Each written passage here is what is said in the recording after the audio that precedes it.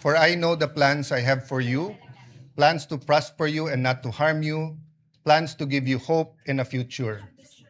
Yan po ang nasa Jeremiah 29:11 na naging isa sa core na paniniwala ng aking pagkatao at pananampalataya.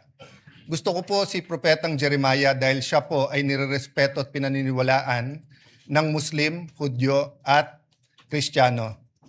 Sa mundo ngayon na in crisis, buong mundo na in crisis because of the US-Iran-Israel war, napakahirap minsan paniwalaan na may magandang plano. But I'm always reminded that though people may be liars, God never lies. Though we may be weak, He is strong. But we are reminded that if He has a plan, we have to do the right thing.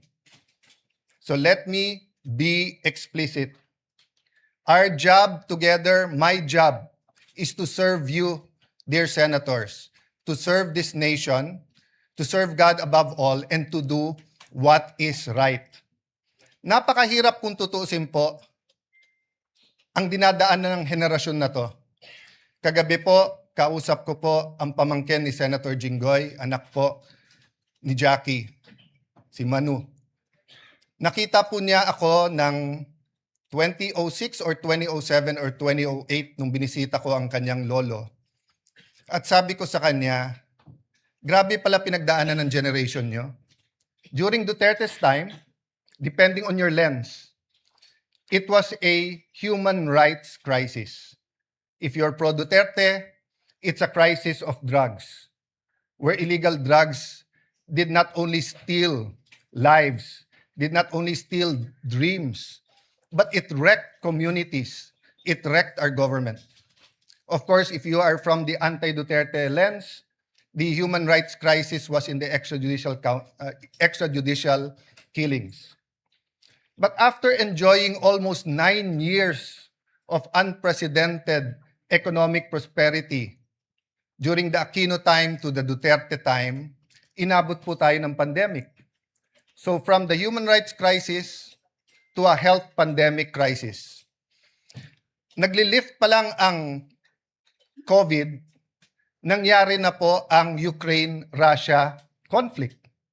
Sa mundo na mga kabataan na to ay naniniwalang hindi na posible ang World War III, ay suddenly may major conflict in the West. And then you fast forward. The crisis of the Philippines when it comes to corruption and flood control. The biggest corruption scandal in our country.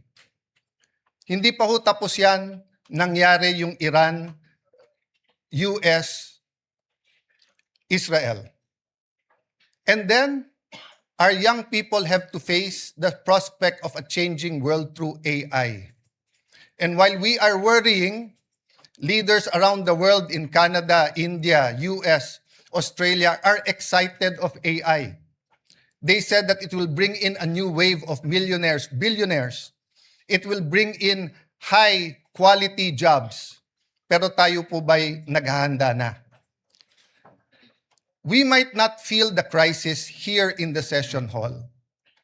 But our people, may it be the Grab drivers, the tricycle drivers, jeepney drivers, yung maliliit na kalendriya, yung mga beneficiaries ng 4Ps, ramdam na nila. So nung kinamayan po ako ng former Senate President Zubiri, sabi niya, hindi siya naiinggit sa trabaho dahil mahirap po ito. But I take a step forward, my dear colleagues, and offer myself to serve you.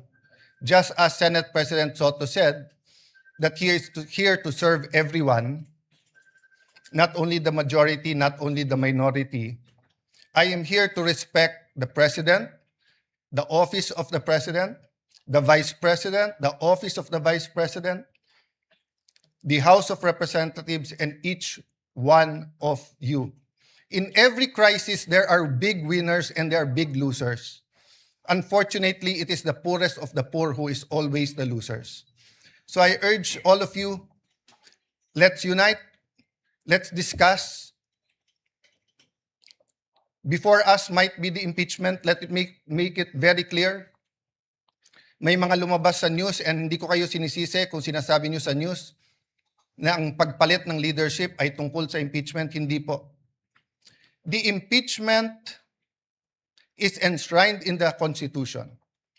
The Bible says, the truth shall set us free. We want to be free from poverty. We want to be free from corruption. We want to be free from a government that is busy fighting its own people or the people fighting each other. Hindi to Facebook, hindi to social media na pwedeng bawat minuto may nagbabanatan. In real life, in the non-digital life, we have to be here for each other. It doesn't mean anything if we are saying we're devout Muslims or we're devout Catholics or devout evangelicals if we cannot love each other. In the Senate, we might not like each other, but I think we can work each other and we can love each other. So let me make it clear. The impeachment will be much, much more than dismissing a complaint because of political affiliation. And it's also much, much more than convicting someone without evidence. Parehong hindi pwede yun. Kailangan guided tayo by the truth, guided by evidence. But the process is as important as the result. Hindi natin pwedeng sabihin, she or he will make a bad president. Or wala na tayong maasahan dyan sa presidente, wala na tayong maasahan sa vice president, impeach na lang natin. Hindi po. The Senate is also on trial. So, dear colleagues, as we ask God to guide us and help us, I'd like to thank all of you who supported me today. I will do my job. But I'd also like to reach out to all my colleagues here today. Ngayon lang naman po tayo na may divisions dahil mabigat ang politika. Pero actually, we've worked together. And if we could only go back 20 years and then go back now, can we go to 20 years from now? And let me tell you what I told the group last night nung nag-meeting kami. Basta't lahat ng gagawin natin, huwag tayong magsisisi. Huwag tayong gagawa na pagsisisihan natin. So feel free to call me out if you think mali ang direksyon. So dear colleagues, again, thank you. God bless you. Maraming salamat sa inyong lahat. Session is suspended for a minute.